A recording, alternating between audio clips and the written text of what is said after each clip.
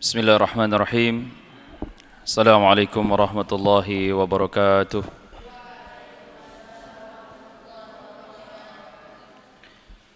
Innal hamdalillah nahmaduhu wa nasta'inuhu wa nastaghfiruh wa na'udzu billahi min shururi anfusina wa sayyiati a'malina. May yahdihillahu fala mudilla lahu ومن يضلل فلا هادي له أشهد أن لا إله إلا الله وحده لا شريك له وأشهد أن محمدا عبده ورسوله لا نبي بعده اللهم صل وسلم وبارك وأنعم على نبينا محمد وعلى آله وأصحابه ومن تبعهم بإحسان إلى يوم الدين أما بعد. Alhamdulillah, senantiasa kita memuji Allah Jalla Jalaluh, di mana Allah Subhanahu wa taala menjadikan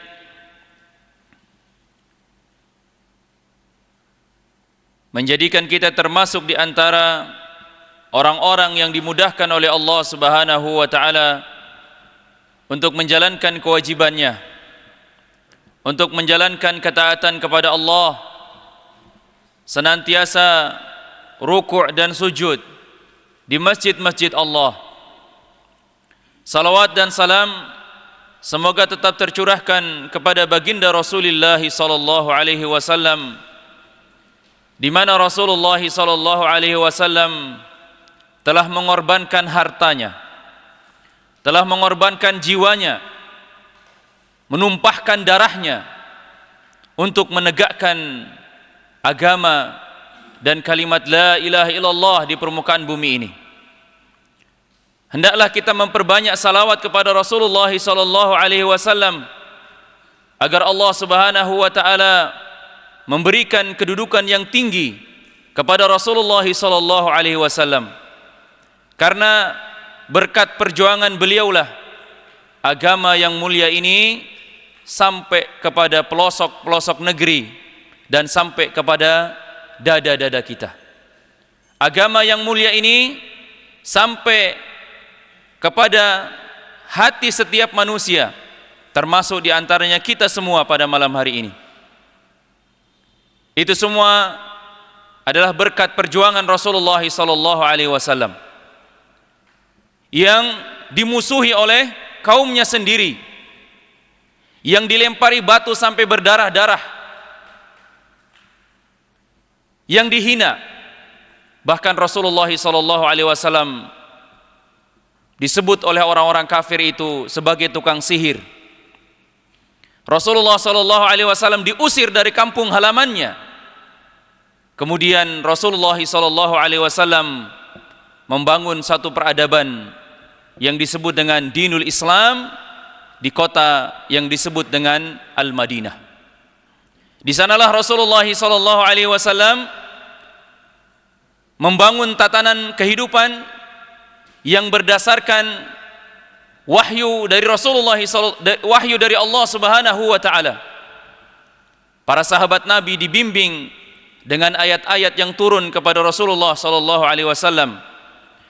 Para sahabat Nabi menjadikan Rasulullah sallallahu alaihi wasallam suri toladannya, mengambil ilmu darinya, kemudian mengambil fatwa darinya, meminta nasihat darinya. Dan Rasulullah sallallahu alaihi wasallam juga membangun satu bangunan yang sangat mulia yang disebut dengan Masjid Nabi, yang sering disebut oleh kita semua, ya, Masjid Nabawi. Di sanalah Rasulullah sallallahu alaihi wasallam mengajar dan mendidik para sahabat-sahabat Nabi untuk mengenal agama yang mulia ini. Maka hendaklah masjid-masjid yang didirikan oleh orang-orang yang bertakwa kepada Allah Subhanahu wa taala menjadikan masjid itu sebagai sarana untuk mencerahkan umat manusia, menjadikan pelita di dalam kegelapan, menjadikan masjid itu sebagai tempat di mana orang-orang mengingat Allah Subhanahu wa taala, mengingat tentang akhirat, bukan mengingat tentang gemerlapnya keindahan dunia yang menipu. Maka jemaah sekalian, di tengah-tengah kesibukan kita masing-masing, hendaknya kita tetap mengingat akan kewajiban menuntut ilmu. Menuntut ilmu itu wajib,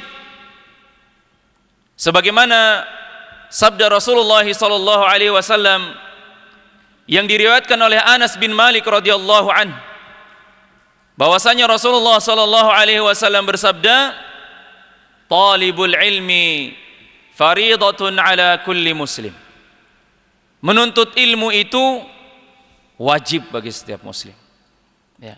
Dan tentunya kewajiban ini mencakup juga bagi muslimah. Ya. Seorang muslim diwajibkan untuk menuntut ilmu.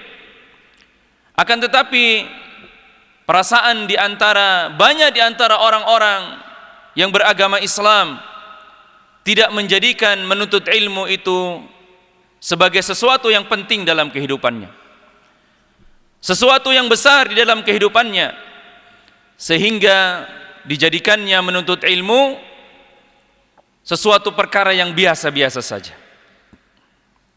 Ya.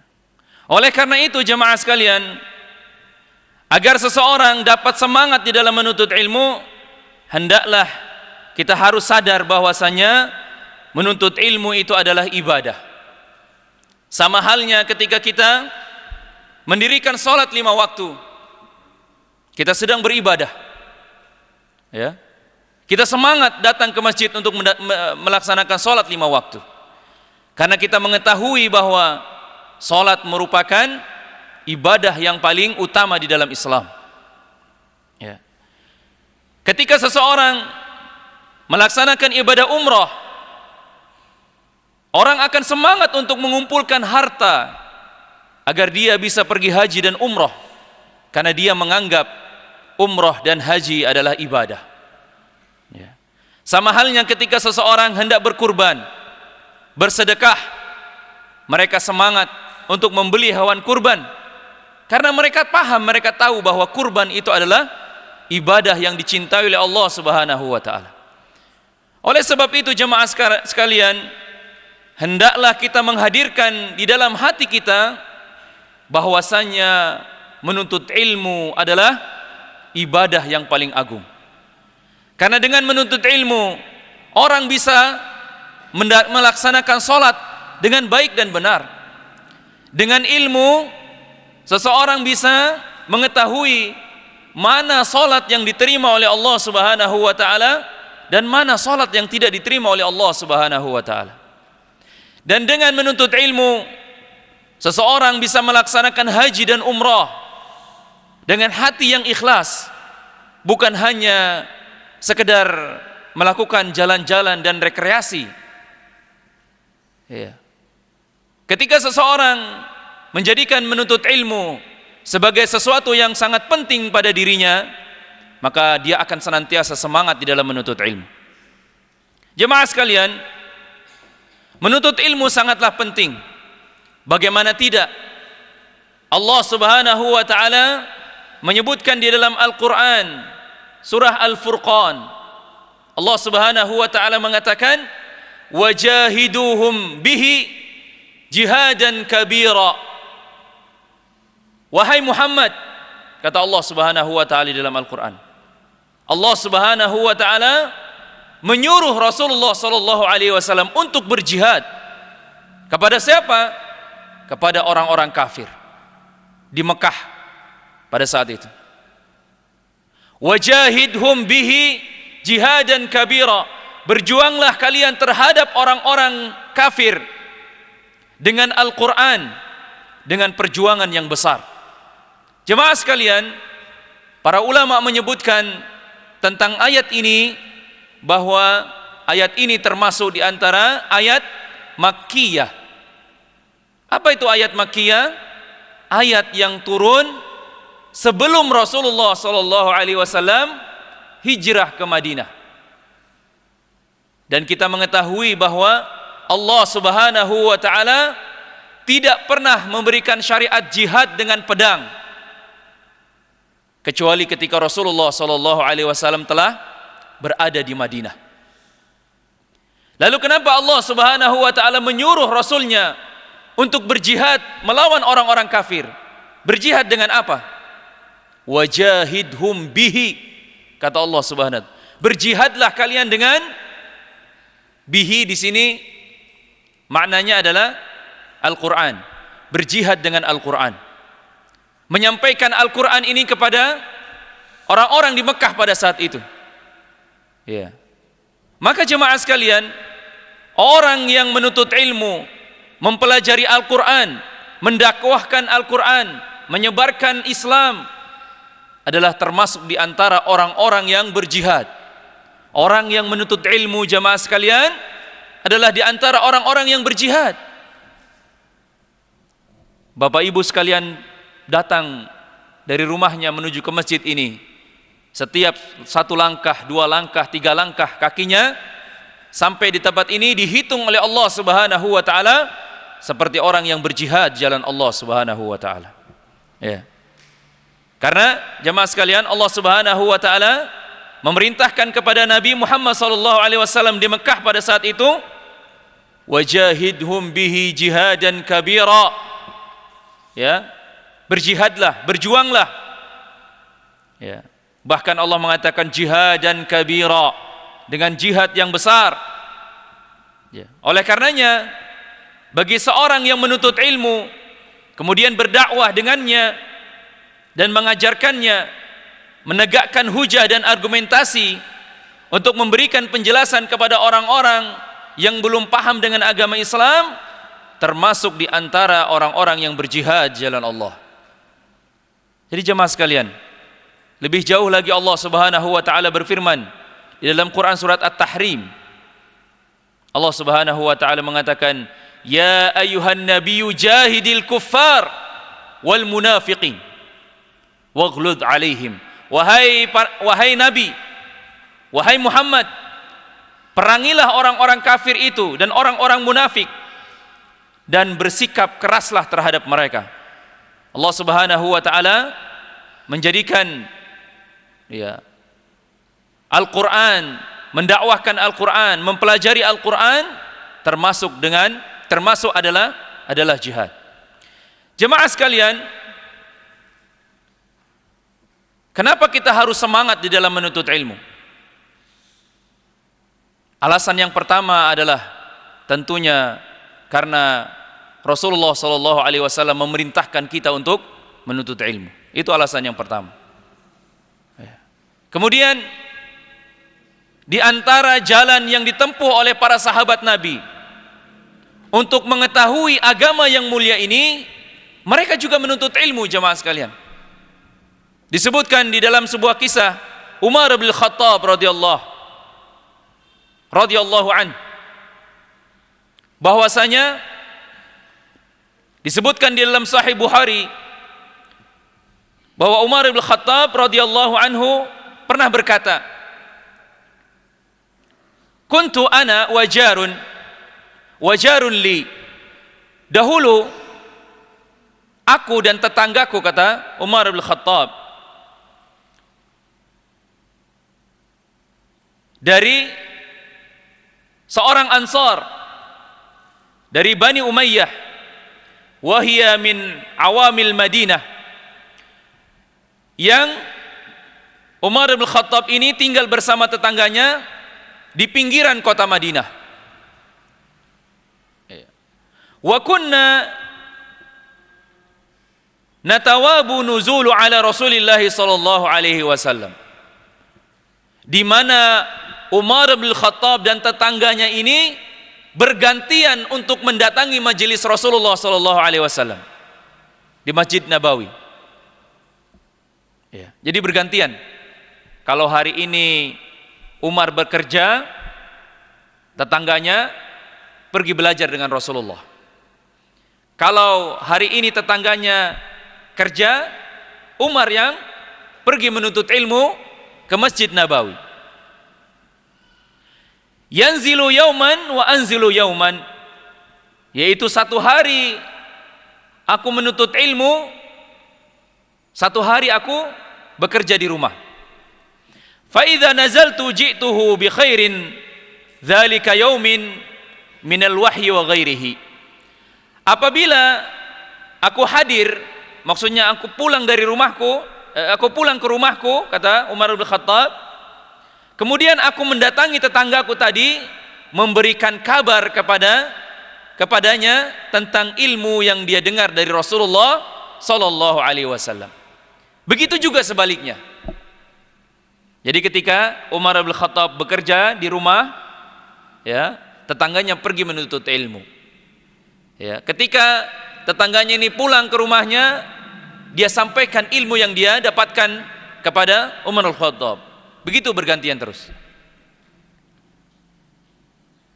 Maka jemaah sekalian, ini adalah di antara kisah yang sangat mulia di mana kita dapat mengambil ibrah dan pelajaran. Seorang Umar bin Khattab bergantian di dalam menuntut ilmu. Bahkan ada di antara para sahabat Nabi yang memang mengkhususkan dirinya untuk menuntut ilmu. Seperti Jabir bin Abdullah. Dia adalah seorang ulama hadis, di mana dia pernah melakukan satu perjalanan menemui Abdullah bin Unais, ya, yang jarak jauhnya perjalanan bolak-balik dari rumahnya ke rumah sahabat Nabi yang lainnya selama 2 bulan bolak-balik. Jadi pergi 1 bulan, balik 1 bulan. Ya, jemaah sekalian. Jadi inilah yang disebut dengan perjalanan menempuh, ya, mencari ilmu. Maka jemaah sekalian, hendaklah di antara kita semangat di dalam menuntut ilmu, karena Rasulullah sallallahu alaihi wasallam memerintahkan dan mengabarkan kepada kita tentang mulianya orang-orang yang menuntut ilmu. Agar kita memahami daripada agama yang mulia ini, agama yang kita anut ini, ya, jangan sampai kita hidup di dunia ini hanya bekerja, kemudian pulang ke rumah, ya, makan dan tidur. Tidak ada agama yang kita ketahui sedikit pun. Ya. Bukan berarti agama yang kita miliki sekarang ini, ya, sedikit, bukan. Tapi memang kita dianjurkan untuk menuntut ilmu, karena ilmu Allah Subhanahu wa taala itu sangat banyak. Di antara ilmu yang harus kita ketahui adalah apa yang akan kita bahas pada malam hari ini, yaitu mengenai adab seseorang di dalam masjid. Rasulullah sallallahu alaihi wasallam melarang seseorang untuk mengumumkan barang yang hilang di dalam masjid. Jadi ketika ada barang yang hilang di masjid, tidak boleh diumumkan melalui pengeras suara. Tidak boleh juga seseorang berteriak, ya, untuk menemukan barangnya. Karena ini adalah di antara adab-adab yang harus dijaga oleh seseorang ketika berada di dalam masjid. Bagaimanakah sikap kita ketika kita kehilangan barang di masjid, atau kita menemukan barang yang ada di masjid? Apakah kita mengumumkannya atau kita membiarkannya? Maka kita akan membaca hadis yang pertama dari Abu Hurairah radhiyallahu an, bahwasanya Nabi SAW bersabda, "Man sami'a rajulan yanshudu dhalah fil masjid falyaqul la raddaha Allahu 'alaik fa innal masajid lam tubna lihadza." Barang siapa yang mendengar seseorang mengumumkan barang yang hilang di masjid, maka katakanlah kepadanya, semoga Allah tidak mengembalikan barang tersebut kepadamu, karena masjid tidak dibangun untuk itu. Jadi masjid itu, jemaah sekalian, tidak dibangun untuk memberikan pengumuman-pengumuman barang yang hilang. Ya. Nah, ini diantara adab yang harus kita ketahui di masjid. Ya. Kenapa demikian, jemaah sekalian? Kata Rasulullah, fa innal masajid lam tubna lihadza, karena sesungguhnya masjid dibangun, didirikan bukan untuk tujuan seperti itu. Jemaah sekalian, dalam hadis ini Nabi SAW memerintahkan untuk mendoakan keburukan kepada orang yang mengumumkan barang yang hilang di masjid. Ini menunjukkan adanya celaan bagi mereka orang-orang yang mengumumkan barang yang hilang. Ya. Kalau mengumumkan barang yang hilang saja tidak boleh, jemaah sekalian. Bagaimana kalau ada orang yang berjualan di masjid? Ya. Perkara-perkara yang seharusnya tidak ada di masjid, mereka lakukan di dalam masjid. Di emper-emper masjid misalnya. Ya. Masjid sudah kayak jadi pasar. Gantung-gantung, jual-jual baju, jual jubah, jual songko, jual parfum. Di mana orang yang berjualan itu? Harusnya di pasar, bukan di masjid. Ya. Mengumumkan barang yang hilang saja tidak boleh. Ya. Hadis yang lain dari Buraidah radhiyallahu anhu, ia berkata, "Anna rajulan nashada fil masjid, faqala man da'a ila al-jamal al-ahmar." Faqala Rasulullah sallallahu alaihi wasallam, "La wajadta, innama buniyatil masajidu lima buniyat lahu." Bahwa seseorang laki-laki mencari dengan mengangkat suaranya tentang barang yang hilang di masjid. Dia mengatakan, "Siapa yang melihat untaku yang berwarna merah?" Kata orang tersebut. Kemudian didengar oleh Rasulullah SAW. Ya. Kemudian didengar oleh Rasulullah SAW. Kemudian Rasul mengatakan, "La wajadta, semoga untamu itu tidak ketemu," kata Rasulullah. So ya kan ya. Padahal ini ada orang kehilangan barang ini. Kasihan. Ya. Kata Rasulullah, "La wajadta, innama buniyatal masajid lima buniyat lahu." Sesungguhnya masjid-masjid tidak dibangun untuk itu. Ya. Jemaah sekalian, dalam hadis yang lain ya, disebutkan dari Abu Hurairah radhiyallahu an, Rasul mengatakan, "Idza ra'aitum may yabi'u aw yabta'u fil masjid." Apabila kamu melihat orang yang berjual beli, ya, di masjid, maka katakan kepadanya, "La arbahallahu tijaratak." Semoga Allah Subhanahu wa taala tidak menjadikan perdaganganmu itu untung. Wa idza ra'aitum man yanshudu dhallah faqulu la raddallahu alaik. Dan apabila kalian melihat orang-orang mengumumkan barang yang hilang, ya, diumumkan dengan suara yang keras, maka katakanlah, semoga Allah tidak mengembalikannya kepadamu. Jadi jemaah sekalian, wah, ini merupakan perkara yang sangat tercela ternyata, mengumumkan barang yang hilang di masjid. Ya. Ibnu Abdul Bar rahimahullah mengatakan, "Wa qad dzakara Allah Ta'ala al-masajidu bi annaha buyutun adzina Allah an turfa'a wa yudhkara fiha ismuh." Allah Subhanahu wa taala menyebut masjid-masjid itu sebagai rumah-rumah yang disebutkan di sana nama Allah. Wa ayyusabbiha lahu fiha bil ghuduwi wal asal. Dan untuk dijadikan tempat bertasbih di waktu pagi dan petang hari. Ya. Falihada buniyat, karena itulah tujuan dibangunnya masjid, yaitu untuk mengingat Allah, berzikir, berdoa, ya, bukan untuk tujuan yang lainnya. Fayambaghi an tunazzahu an kulli ma lam tubni lahu. Maka hendaklah masjid itu dijauhkan dari setiap hal yang bukan menjadi tujuan dibangunnya masjid.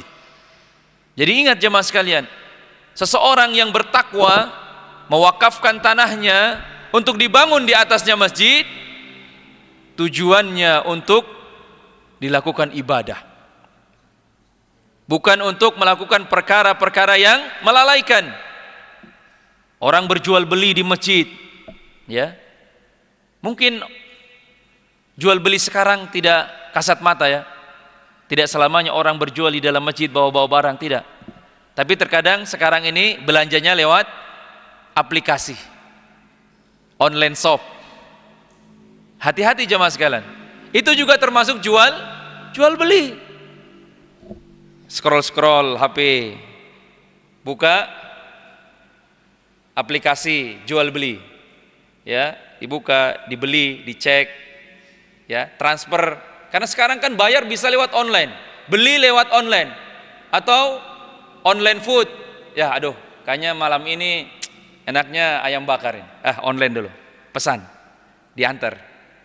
Di mana dia melakukan transaksi itu? Di dalam masjid. Maka jual beli seperti ini tidak boleh. Maka hati-hati jemaah sekalian, ya. Perhatikan, jangan sampai kita sudah menganggap diri kita ini berada di atas sunnah, tapi ternyata kita masih melakukan hal-hal yang tercela. Ya, dari Jabir bin Abdullah rahimahullah, dia berkata, "Ja'a rajulun yanshudu dhallah fil masjid, faqala lahu Rasulullah sallallahu alaihi wasallam, la wajadta." Ya, pernah datang seorang laki-laki yang mengumumkan barangnya hilang di masjid. Maka Nabi sallallahu alaihi wasallam mengatakan, semoga tidak ditemukan. Imam Nawawi rahimahullah mengatakan, wa amara ayyuqalu misla hadza. Nabi memerintahkan untuk mendoakan demikian. Fahuwa uqubatun lahu. Itu sebagai hukuman baginya. Ala mukhalafatihi wa isyanihi. Ya, bagi mereka yang melakukan suatu pelanggaran atau melakukan maksiat di dalam masjid. Jadi tadi itu disebut oleh Imam Nawawi, disebut sebagai maksiat. Jual beli di dalam masjid, mengumumkan barang yang hilang adalah bentuk kemaksiatan. Kemudian Abdullah bin Amr radhiyallahu anhu mengatakan, Rasulullah sallallahu alaihi wasallam melarang jual beli di masjid, melarang mengumumkan barang hilang di masjid, melarang melantunkan syair-syair di masjid. Ini, ya, karena masjid itu dibangun bukan untuk konser. Ya, di Indonesia ini, masya Allah, jamaah sekalian, ya, kita sangat miris ketika masjid-masjid itu dijadikan tempat konser. Kita tidak tahu apa yang diputar. Mungkin ada lagu-lagu Arab, tapi apakah itu tujuan dibangunnya masjid? Maka ini adalah hal yang harus diperhatikan oleh para takmir masjid, para pengurus masjid. Jangan sampai kita melakukan maksiat di dalam masjid. Jadi kata Abdullah bin Amr radhiyallahu anhu, bahwasanya Rasulullah sallallahu alaihi wasallam melarang jual beli di masjid. Kemudian melarang mengumumkan barang yang hilang di masjid. Kemudian melarang melantunkan syair. Syair dan musik itu beda jemaah. Ya, syair itu dia bersyair. Bayangkan, syair saya tidak boleh. Lalu bagaimana kalau ada yang genjreng-genjreng? Gitar-gitar. Ya. Dan masjid-masjid kita di Indonesia sekarang ini banyak yang mengumandangkan, dan kita susah membedakan kalau hari Minggu mana masjid, mana gereja. Sama-sama memutar musik. Nauzubillahi min zalik. Maka kita yang belajar seharusnya mengingkari perkara-perkara yang seperti ini, karena masjid tidak dibangun untuk itu jamaah sekalian. Masjid dibangun untuk ibadah kepada Allah. Bahkan banyak di antara masjid-masjid, antara imam dan muazzinnya bertengkar gara-gara kotak amal. Apakah masjid dibangun atas tujuan seperti ini jamaah sekalian? Antara jamaah sing baku suara dengan bapak imam, bagaimana jamaah sekalian? Ya, sedang menghadap kepada Allah, imamnya jadi imam, makmumnya jadi makmum, tapi hatinya tidak connect dengan imamnya. Ya, apakah Allah tidak mengetahui pada saat itu? Mengetahui jamaah sekalian.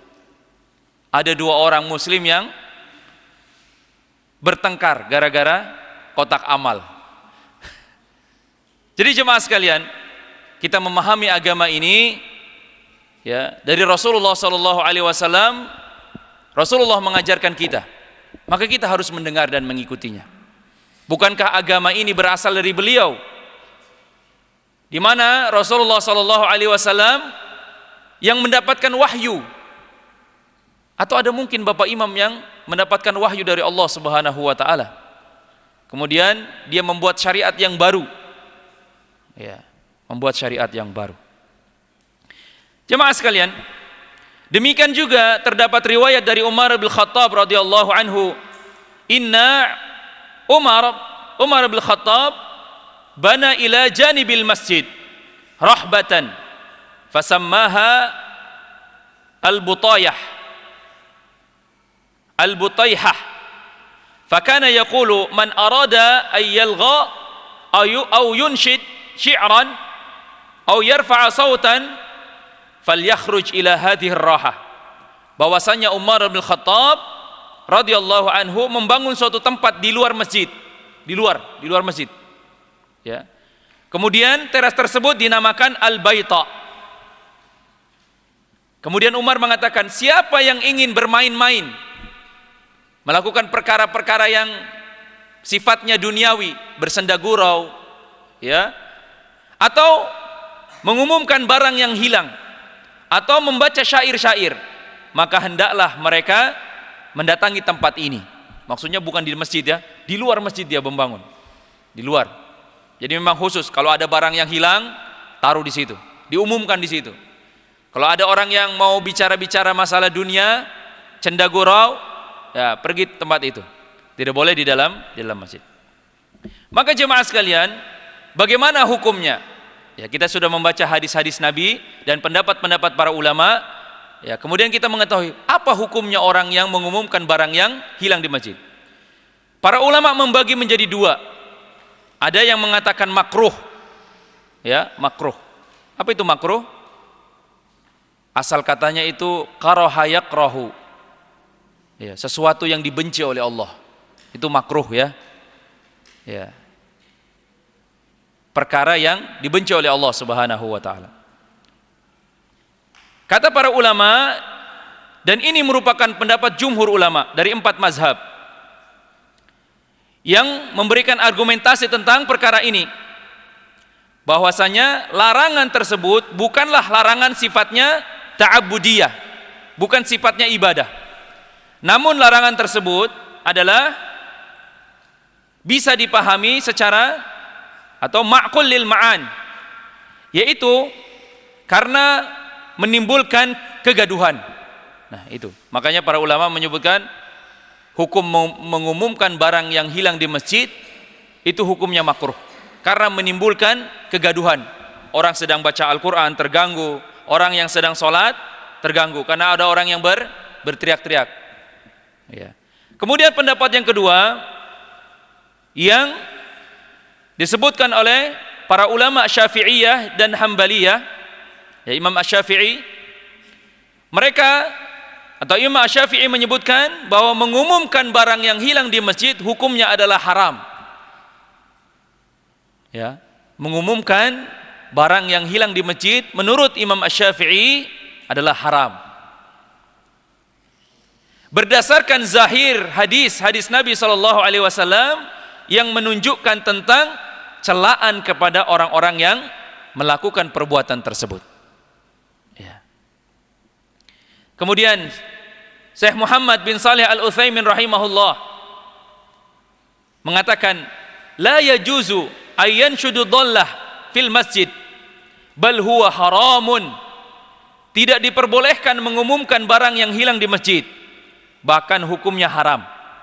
Karena Nabi SAW memerintahkan orang yang mendengarkannya untuk mendoakan keburukan.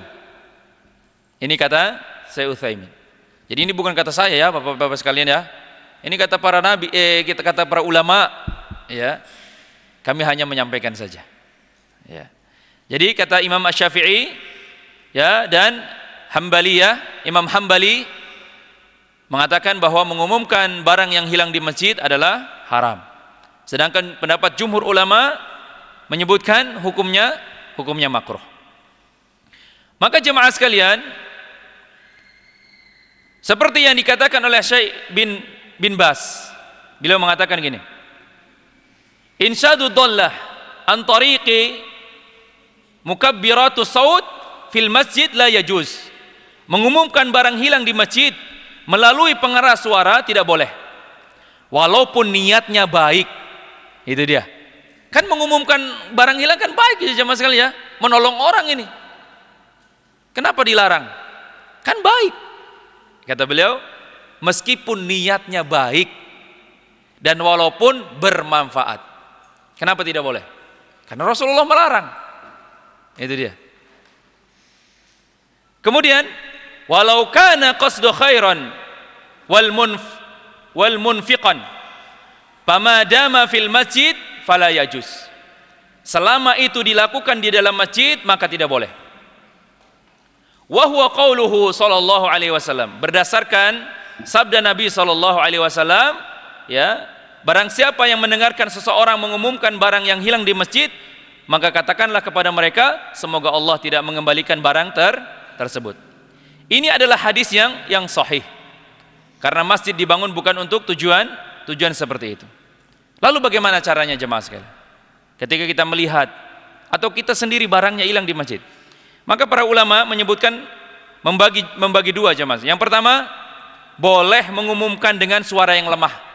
Maksudnya tanya saja, kau tahu beta pu barang hilang kah? Tahu kunci yang hilang? Tahu. Kenapa demikian? Kata para ulama, karena seseorang yang mengucapkan, ya, seperti yang dikatakan oleh Imam Malik jemaah sekalian. Imam Malik mengatakan seperti ini, la uhibbu raf'u saut fil masjid. Aku tidak setuju dengan perbuatan mengeraskan suara di masjid. Karena Umar bin Khattab pernah memerintahkan orang-orang untuk mengumumkan di pintu-pintu masjid, maksudnya di luar. Dan andaikan orang yang kehilangan barang tersebut berjalan menemui orang-orang yang sedang berkumpul di masjid, lalu bertanya tanpa mengeraskan suara, maka menurut saya, kata beliau, itu tidak mengapa. Jadi jangan keras-keras, jangan diumumkan, siapa yang tahu kunci saya? Tapi tanya, tadi Bapak Ikram tahu kunci di dekat jendela kaseng? Oh ya, tadi beta ada taruh di sini. Sih nggak apa-apa. Tapi kalau kasih pengumuman barang hilang, tidak boleh. Atau mungkin ada yang kehilangan sendal, ya. Kepada para jamaah yang melihat sendal berwarna merah, ya, harap dikembalikan. Nggak boleh itu. Kalau ditanya, tadi lihat sendal di sini kaseng? Ya. Oh, saya lihat. Tanya lagi sana lagi. Itu boleh. Atau mungkin tanyanya di luar masjid dengan suara yang keras, boleh. Itu yang pertama tadi adalah boleh mengumumkan dengan suara yang lemah. Yang kedua, boleh ketika mengumumkan dengan suara yang keras tapi di luar masjid, di luar teras, ya, boleh tanya, ya, berteriak boleh, ya. Kalau di dalam masjid tidak boleh, ya. Seperti yang dikatakan oleh Syekh Abdullah Aziz bin Baz, beliau mengatakan, wa amma kitabatu dzalika fi raf'ihi fahadhihi idza kana fi jidaran. Adapun jika pengeras suara atau orang yang mengeraskan suara tadi itu mengumumkan barang yang hilang tadi itu di luar masjid, maka ini tidak mengapa. Adapun kertas yang berisi pengumuman hilangnya barang kemudian ditempelkan di area dalam masjid, maka ini juga tidak boleh, karena dapat mengganggu orang yang melakukan ibadah yang ada di dalam masjid, ya. Tapi kalau di luar tidak mengapa, sebagaimana yang dilakukan oleh Umar bin Khattab yang membangun suatu tempat di luar masjid untuk tempat pengumuman, ya, itu baru boleh. Maka jemaah sekalian, secara umum, ya, hendaklah seseorang menjadikan masjid menjadi tempat untuk beribadah kepada Allah dan menjauhkan dari perkara-perkara duniawi, karena masjid adalah tempat untuk beribadah kepada Allah Subhanahu wa taala.